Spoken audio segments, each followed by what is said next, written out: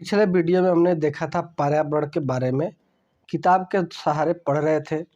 पर्यावरण के जो क्लास 7 का जो सामाजिक अध्ययन का पर्यावरण किताब है, उसका लेसन 1 था पर्यावरण। ठीक है बच्चों, तो इसका प्रश्न और उत्तर अभी देखेंगे इस वीडियो में। तो अगर आपको कहीं चीज़ें न समझ में आए तो उसको हम समझाने की कोशिश करेंगे इस किताब के माध्यम से। तो प्रश्न और उत्तर देखते हैं। ठीक है बच्चों, आइए देखते हैं।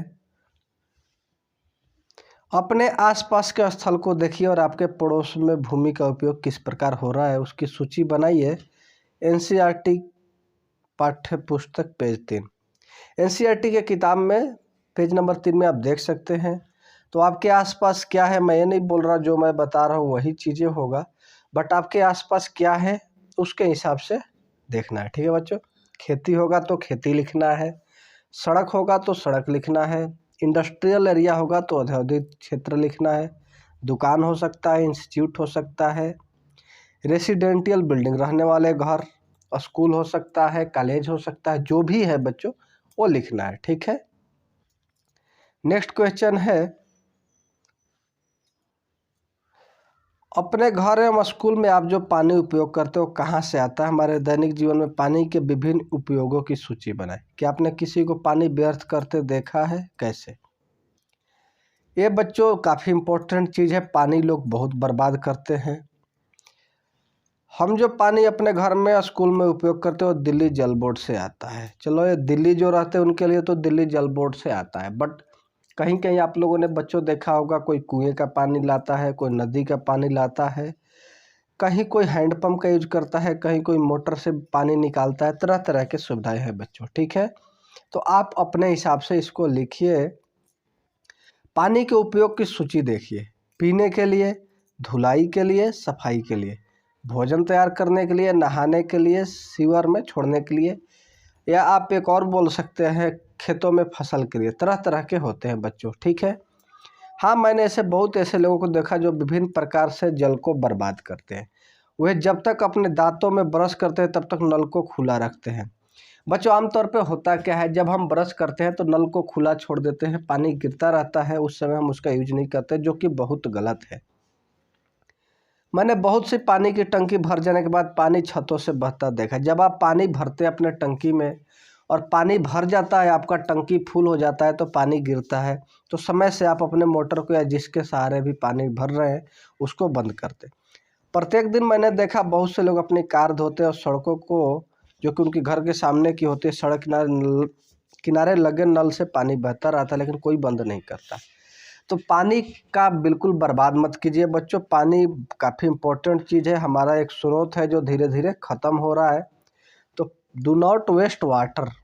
ठीक है, डू नॉट वेस्ट वाटर। पानी को बर्बाद मत कीजिए, ये बहुत धीरे धीरे बहुत जल्दी से ख़त्म होने की ओर पे। आप नहीं मानोगे, हमारे देश में बेंगलोर में जाओ या पुणे में जाओ या नागपुर में जाओ, ये जो सिटी है, पानी यहाँ बहुत ही वाटर लेवल नीचे चला गया है। ठीक है बच्चों, और भी शहर है जहाँ पानी, अब समुंदर में आप चले जाओ, पानी तो पूरा है लेकिन पीने लायक आपको पानी नहीं मिलेगा। हमें तो पीने लायक पानी चाहिए ना बच्चों। अगला सवाल देखते हैं, स्कूल जाते समय आसमान को देखें। ध्यान दें कि दिन कैसा है, वर्षा हो रही है, आसमान में बादल है, तेज धूप है या कोहरा इत्यादि जो भी है। तो दिन बदली वाला है तो बहुत अच्छा, काले बादल छाकर वर्षा के आने की सूचना देते हैं। मौसम ठंडा और आरामदायक है कि तापमान में गिरावट आई है। तो ये तो आप खुद से देख सकते हो, इसमें कोई और चीज़ नहीं है, आपको बाहर देखना है, मौसम कैसा है वो लिखना है। ठीक है बच्चों, नेक्स्ट क्वेश्चन इज दैट, अपने पड़ोस को किसी बुजुर्ग व्यक्ति से बात करें और निम्न जानकारी प्राप्त करें। जब वो आपकी उम्र के थे तो उनके पास कैसे पेड़ थे? अगर आप अपने दादी या दादा के पास बैठे हो, नाना के पास बैठे हो, नानी के पास बैठे हो, तो उनसे आप इस बात का जिक्र कर सकते हैं कि जब वो छोटे थे, आपके उम्र के, क्लास 7वीं में पढ़ रहे थे, तो उनके पास पेड़ कैसे थे। उस समय के घर के अंदर खेले जाने वाले खेल। अभी आप मोबाइल पे गेम खेलते हो, सही बोल रहा हूँ जहाँ तक मुझे आइडिया है। उस समय लोग कौन सा खेल खेलते थे? ठीक है बच्चों, उस समय उनका पसंदीदा फल क्या था? हो सकता है आपका आम हो, अंगूर हो, उस समय वो कौन सा फल खाते थे। डे बाय डे क्या है कि पहले हर जगह फल का पेड़ होता था बच्चों, अब धीरे धीरे लोग पेड़ों को काट देते हैं।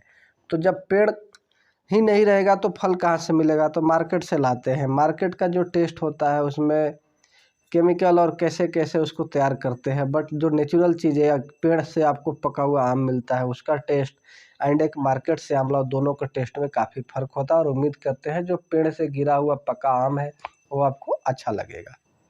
नेक्स्ट क्वेश्चन है बच्चों, प्राप्त जानकारी को दीवार बुलेटिन बोर्ड पर प्रदर्शित करें। ठीक है, प्राप्त जानकारी को दीवार बुलेटिन बोर्ड पर प्रदर्शित करें। आम, अमरूद, पपीता, लीची, अनार इत्यादि के पेड़, लूडो, शतरंज और कैरम बोर्ड, इनको आप दीवार पे प्रदर्शित करना है। गर्मियों के समय में वे केले के पेड़ों की घने छाया में बैठते थे। गर्मियों के समय में केले के पेड़ों की घनी छाया में बैठते थे। जाड़े के समय में आग के पास बैठकर समय बिताते थे। वे धूप में बैठकर सूरज की गर्मी भी लेते थे। समय समय के हिसाब से कहा गया है और इसको आप दीवार पे प्रदर्शित करना है। ठीक है बच्चों। प्रश्न अभ्यास पाठ्य पुस्तक से। अच्छा, पाठ्य पुस्तक से अब आते हैं। ये जो था हमारा पाठ्य पुस्तक का नहीं था, तो पाठ्य पुस्तक से आते हैं। काफ़ी इम्पोर्टेंट क्वेश्चन है, आपको हमने पिछले वीडियो में जो बनाया था लेसन उसमें बताया भी था, फिर भी देख लेते। परितंत्र क्या है? वह तंत्र जिसमें समस्त जीवधारू आपस में एक दूसरे के साथ पर्यावरण के उन भौतिक एवं रासायनिक कारकों के साथ परस्पर क्रिया करते हैं जिसमें वो निवास करते हैं, परितंत्र कहलाता है। ये सब ऊर्जा और पदार्थ के स्थानांतरण द्वारा संबंध है। वह तंत्र जिसमें समस्त जीवधारी आपस में एक दूसरे के साथ पर्यावरण के उन भौतिक एवं रासायनिक कार्यों के साथ परस्पर क्रिया करते हैं, परितंत्र कहलाते हैं। ठीक है बच्चों। नेक्स्ट क्वेश्चन है हमारा, प्राकृतिक पर्यावरण से आप क्या समझते हैं? भूमि, जल, वायु, पेड़ पौधे, जीव जंतु मिलकर प्राकृतिक पर्यावरण बनाते हैं। दूसरे शब्दों में पृथ्वी पर उपस्थित उन समस्त जैविक एवं अजैविक तत्वों को योग्य प्राकृतिक पर्यावरण कहलाता है। प्राकृतिक पर्यावरण क्या हो गया? भूमि, जल, वायु, पेड़ पौधे सारे जो मिलके बनाते हो प्राकृतिक पर्यावरण है। इसी बात पे आप ध्यान दो। ठीक है बच्चों। नेक्स्ट क्वेश्चन है, पर्यावरण के प्रमुख घटक कौन कौन से हैं? पर्यावरण के प्रमुख घटक कौन कौन से हैं? पर्यावरण के प्रमुख घटक, प्राकृतिक घटक खनिज, पेड़ पौधे, भूमि, पशु पक्षी, जल, वायु आदि। ये तो हो गया प्राकृतिक। मानव निर्मित क्या हो गया? यातायात के साधन जैसे जिसमें सभी गाड़ी आ गए, संचार के साधन जिसमें मोबाइल, टेलीफोन, ये सब आ गया, उद्योग, पार्क, ये सब मानव द्वारा निर्मित घटक है। नेक्स्ट क्वेश्चन है, मानव निर्मित पर्यावरण के 4 उदाहरण लिखिए। मानव निर्मित पर्यावरण के उदाहरण, यातायात के साधन, संचार के साधन, उद्योग, पार्क, जैसे हमने पिछले में चर्चा किया। ठीक है बच्चों। स्थल मंडल क्या है? काफी इंपॉर्टेंट चीज है स्थल मंडल। पृथ्वी की ठोस परपटी कठोर ऊपरी परत को स्थल मंडल कहते हैं। यह चट्टानों एवं खनिजों से बना होता है, मिट्टी की पतली परत से ढका होता है। यह पहाड़, पठार, मैदान, घाटी आदि जैसे विभिन्न स्थलाकृतियों वाला विषम धरातल होता है। यह स्थलाकृतियां महाद्वीपों के अलावा महासागर की सतह पर भी पाई जाती है। स्थल मंडल वह क्षेत्र है जो हमें वन, कृषि और मानव बस्तियों के लिए, भूमि, पशुओं को चरने के लिए घास स्थल प्रदान करते हैं। खनिज संपदा का भी स्रोत है। ओवरऑल बच्चों, जहाँ हम रहते हैं स्थल मंडल में रहते हैं, लेकिन हमें जैव मंडल की जरूरत है। हमें पानी की भी जरूरत होती है और हमें वायुमंडल की भी जरूरत होता है। ठीक है बच्चों। नेक्स्ट क्वेश्चन है, जीवीय उदाहरण के 2 प्रमुख घटक क्या है? जीवीय उदाहरण जिसमें जीव होता है, पेड़ पौधे हो गया, पशु पक्षी हो गया। ठीक है। अब जैव मंडल आ गया, जहाँ हम अभी चर्चा कर रहे थे। उत्तर है इसका, पादप एवं जीव जंतु मिलकर सजीव संसार का निर्माण करते हैं जिसे जीव मंडल कहते हैं। यह पृथ्वी का वह संकीर्ण क्षेत्र जहाँ स्थल, जल एवं वायु मिलकर जीवन को संभव बनाते हैं। हम कहाँ रहते हैं बच्चों? जैव मंडल में रहते हैं। यहाँ हमें वायु भी चाहिए, स्थल भी चाहिए और जल भी चाहिए। तो ये सब मिलके जैवमंडल बनता है और पृथ्वी के उस हिस्से पे बनता है जहाँ जीव संभव हो। ठीक है, नेक्स्ट क्वेश्चन है, इनमें कौन सा प्राकृतिक परितंत्र नहीं है?